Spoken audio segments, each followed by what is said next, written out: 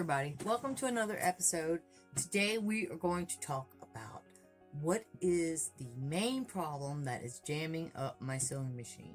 And what that main problem is 99% of the time is that something is not threaded right. Okay, so you're having a problem with your machine, don't start touching buttons and changing your tension and all that. You didn't do anything to change the tension when you were sewing, so don't do anything to change the tension now. Don't call a repairman yet. Don't panic.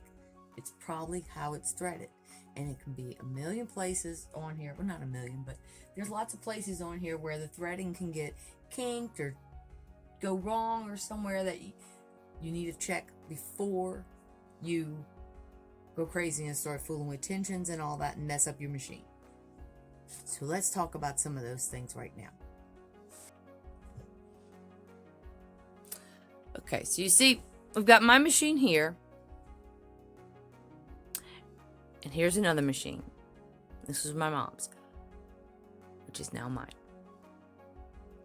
As you can see, they're very different in how they look. But all machines have the same basic components and the same basic parts. You've got your wheel, stitch length stitch length adjustment, a reverse somewhere. You have your first thread stop, which will usually hold your thread out and keep it taut. Tensions. Every machine's got one of these. I don't know the technical name. I am not professionally trained. And your thread always goes up and down, and then it gets to your needle. Same thing here, although you cannot see all those parts in the front. This machine's computerized. But you've got your stitch length and width settings there. This one has zigzag capabilities. This one doesn't. That's why this one doesn't have a width indicator. So each machine is going to have its own little kinks. On this one, my thread likes to get caught up right here. And my thread likes to get caught up right here and wrapped around twice. That's the first two things I check. Something else that can jam up your machine is dirt, dust in there. Usually you can get right in there. This is my favorite tool to clean my machine. A paintbrush with a handle.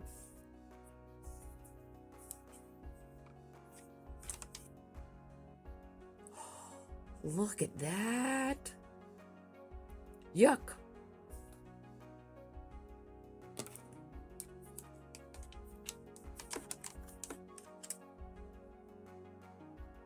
And dust can be in more places than just inside the machine.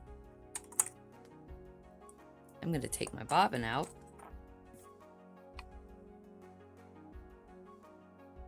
You should also clean inside here. Dust gets trapped in there.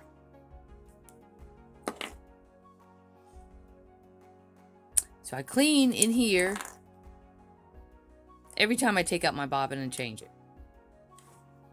I oil it in the holes you see that don't have threads to put a screw in. That's where you put your oil. 1 drop every 3rd bobbin.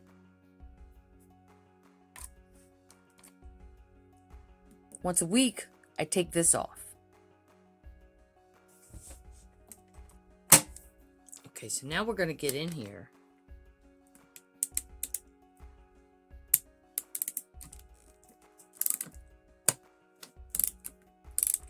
We're going to clean this throat plate out.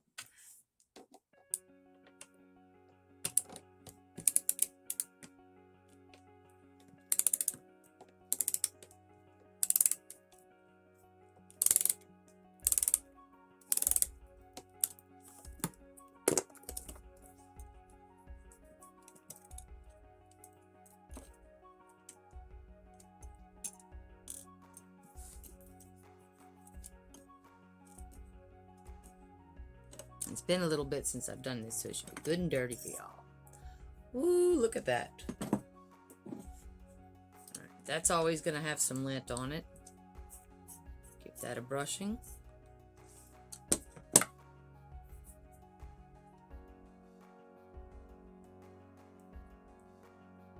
And you always want to clean your machine with a brush. You never want to use compressed air, because then it'll take all this dust and blow it into your machine. Wow. I always do.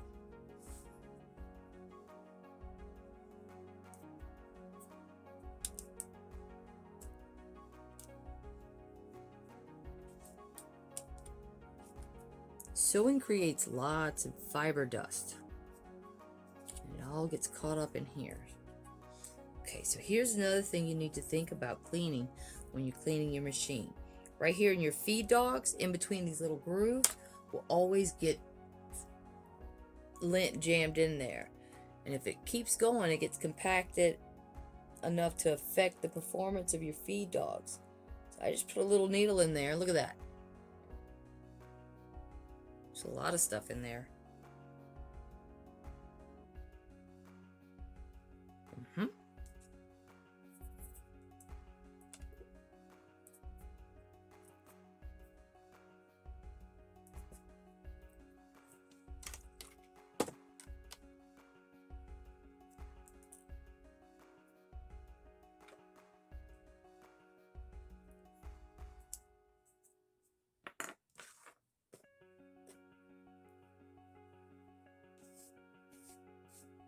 Look at all that. That was all trapped in my machine.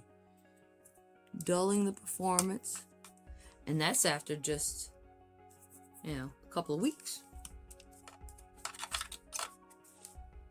Imagine if you never did it.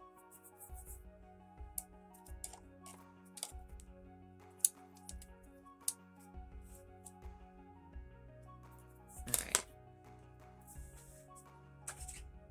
While I got it open, don't have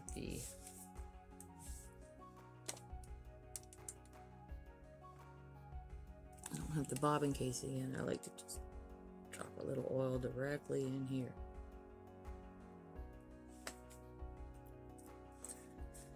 Okay, another tip: whenever you oil your machine, don't go right back to what you were sewing on, because you could possibly get oil on it.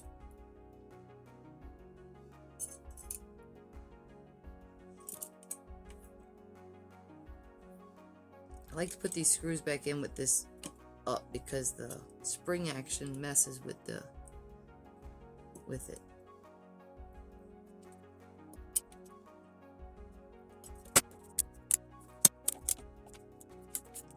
Okay, so now my machine's clean. Look at all that I took out of there. Keep your machine clean, keep it oiled, make sure it's threaded right. Okay, so you've done everything you can, you've checked everything you needed to check, and you still can't find out what's off in the threading. So what you want to do now is just totally rethread your machine. But let me give you a few tips on how to rethread your machine, and how to remove thread from your machine, and how to change the thread on your machine. Okay, so you've got your machine, but you always want your thread to go in this direction. In this end and out this end, okay? You don't want to pull it out this way every time you change your thread, every time you unthread it and rethread it. What we're going to do, we're going to come up here, and I'm going to get me a little bit of slack. I'm doing this because I'm going to change the thread.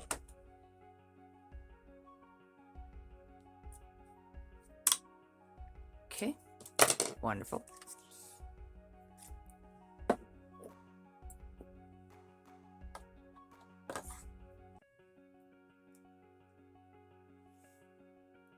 So we're going to take these and tie them together.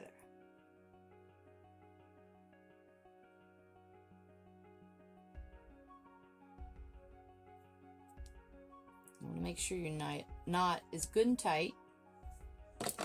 And you're going to trim it really close, but not too close.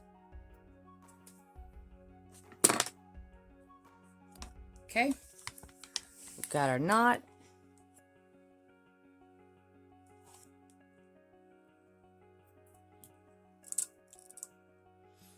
I've got it through my tensions, and now I'm going to give it a good tug, and it's going to go right, should go right through the needle. Nope, it's going to make a liar out of me. Oh well, now I just have to thread the needle, and my whole machine has been rethreaded in black.